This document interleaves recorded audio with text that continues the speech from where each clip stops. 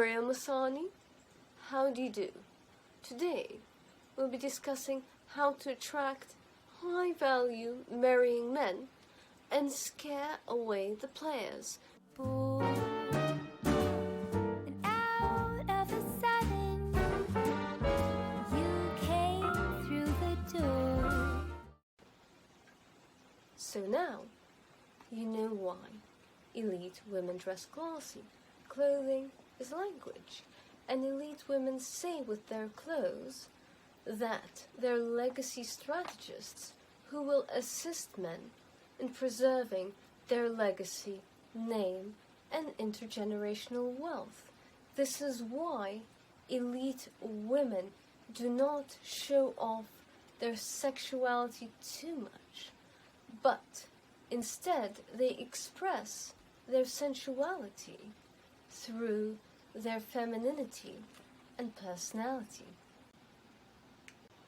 That is why elite women value and show men through quality clothing and dressing to show that their clothing is tight enough to show they're a woman, but loose enough to show that they're a lady, that through elegance and quality, that they're the ideal wife and mother that will preserve their legacy for generations, and that is why men marry.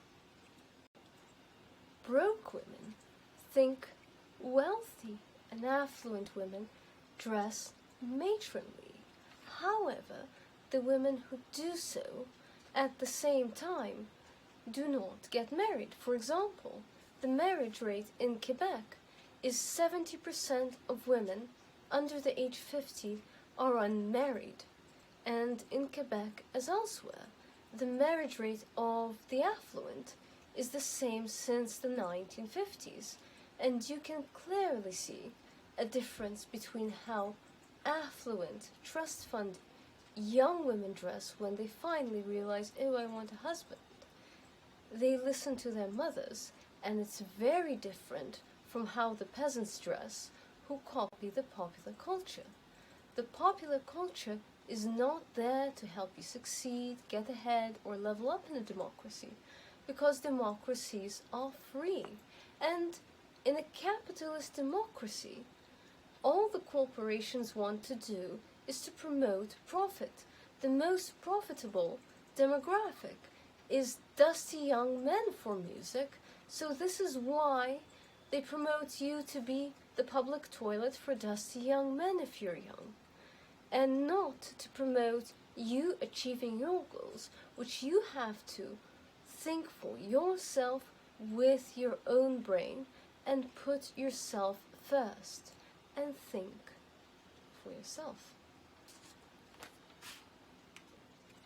You do not get a man to marry you by giving him sex. That's not how things work. I was a virgin until marriage, right? And many women are. It's very simple, because that just weeds out the strategists. That weeds out the unripe men and party boys, I say up front.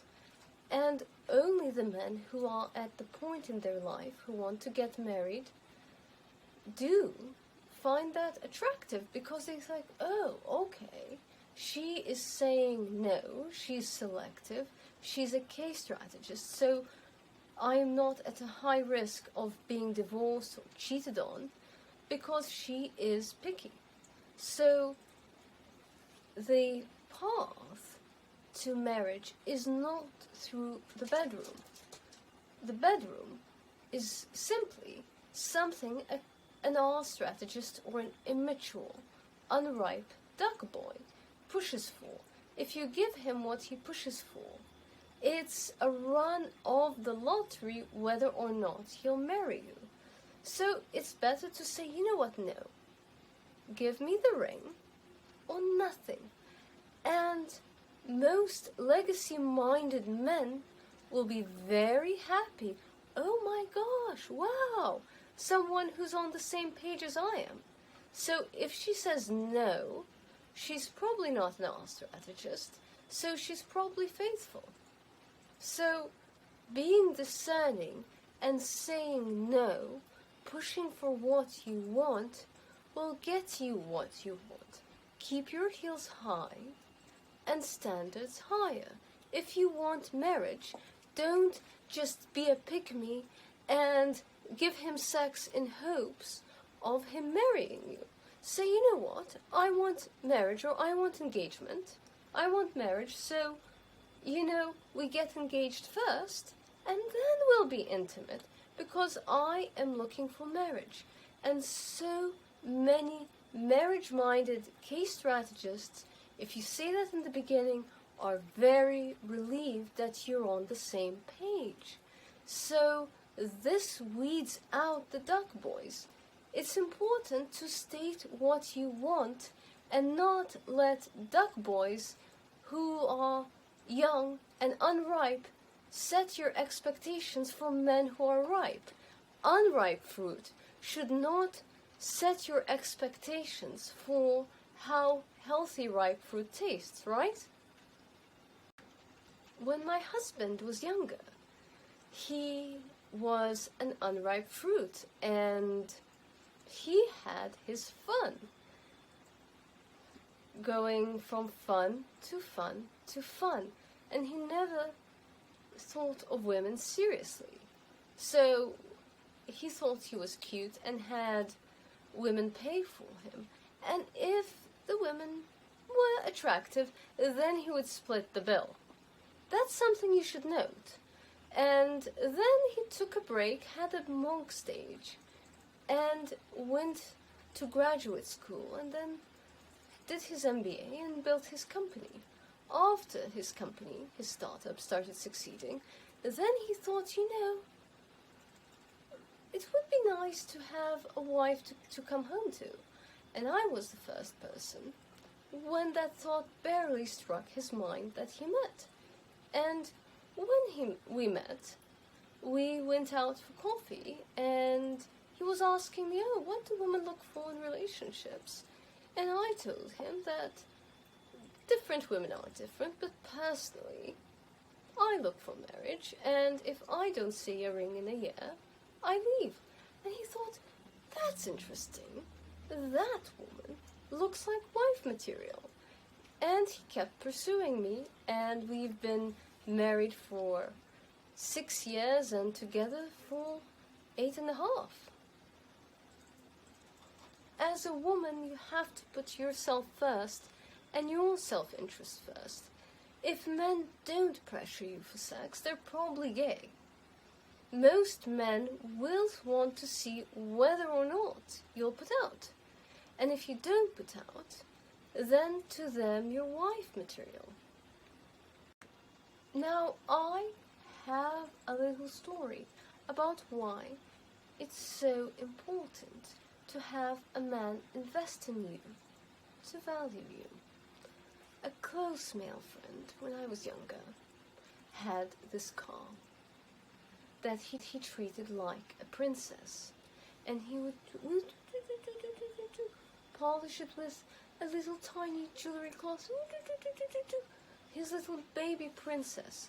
If you touch the car and have a fingerprint, that would be the end. He would freak out. He would freak out at anything. And it was so funny. He would drive around, take photos of his car like it's a girlfriend, like it's his baby princess daughter, and take photos of it in scenic locations.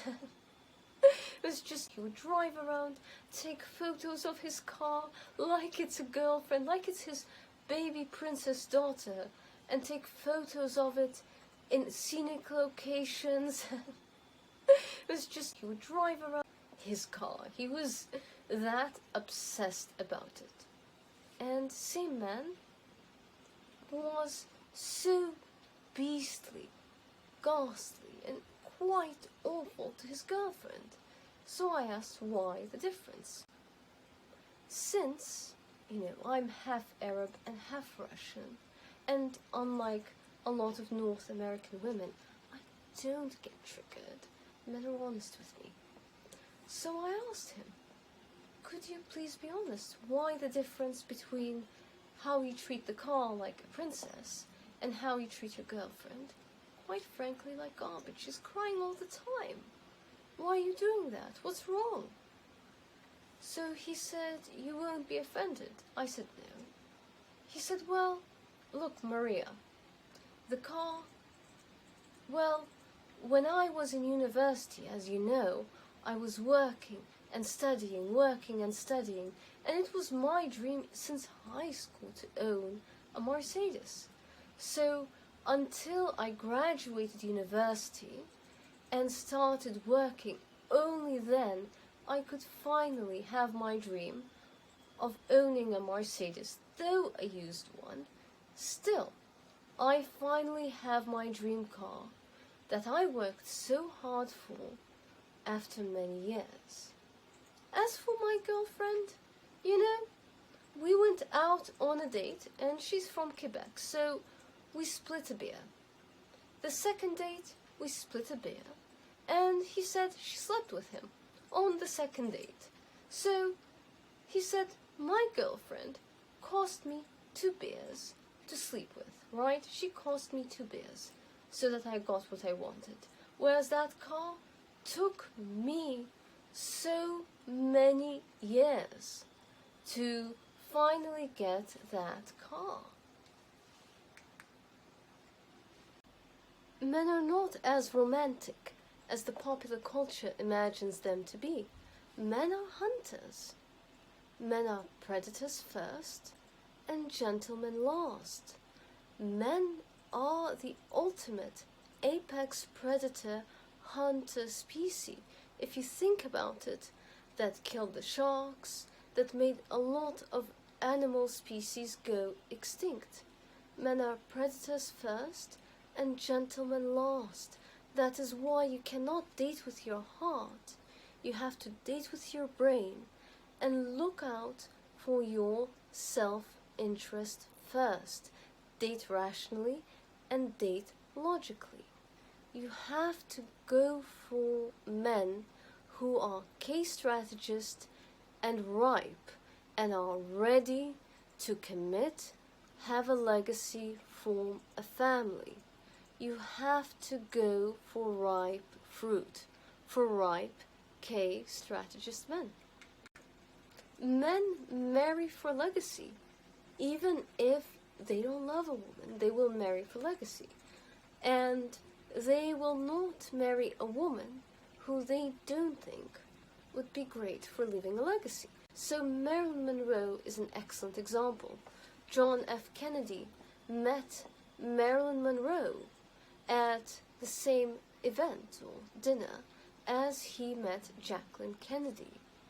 Jacqueline Kennedy was perfect for a wife. He thought that is what elite men are attracted to, and she will help him leave a legacy because she's so cultured, so elegant, such an excellent networker. And you know, JFK was an art strategist because his father was a gangster and a smuggler, so he would be attracted to, today, women like Cardi B, Megan Thee Stallion. But since he was going into politics and needed old money to fund his campaigns, instead of marrying for love, he married for legacy. And today, as a result of his rational choice, because of Jackie Kennedy's elegance, the Kennedy family today is seen as American aristocracy because J.F. Kennedy decided to marry Jackie Kennedy instead of Marilyn Monroe. Marilyn Monroe desperately wanted to be the First Lady and harassed Jackie and asked JFK, why was she not the First Lady? And JFK said, Marilyn, Jackie is First Lady material, and you simply are not. It's very, very important in your courtship that your man invests in you so that he respects you, and that leads to him marrying you. I cannot emphasize how important that is. So I know this will trigger women, but the more haters I have, the more views I have, the more comments I have, the more views, so I don't mind if you're upset at me at all. Jackie Kennedy, Amal Clooney, Audrey Hepburn, Kate Middleton. Those women build a legacy and have a soft power that makes a man's name resonate across the centuries that a man cannot do alone.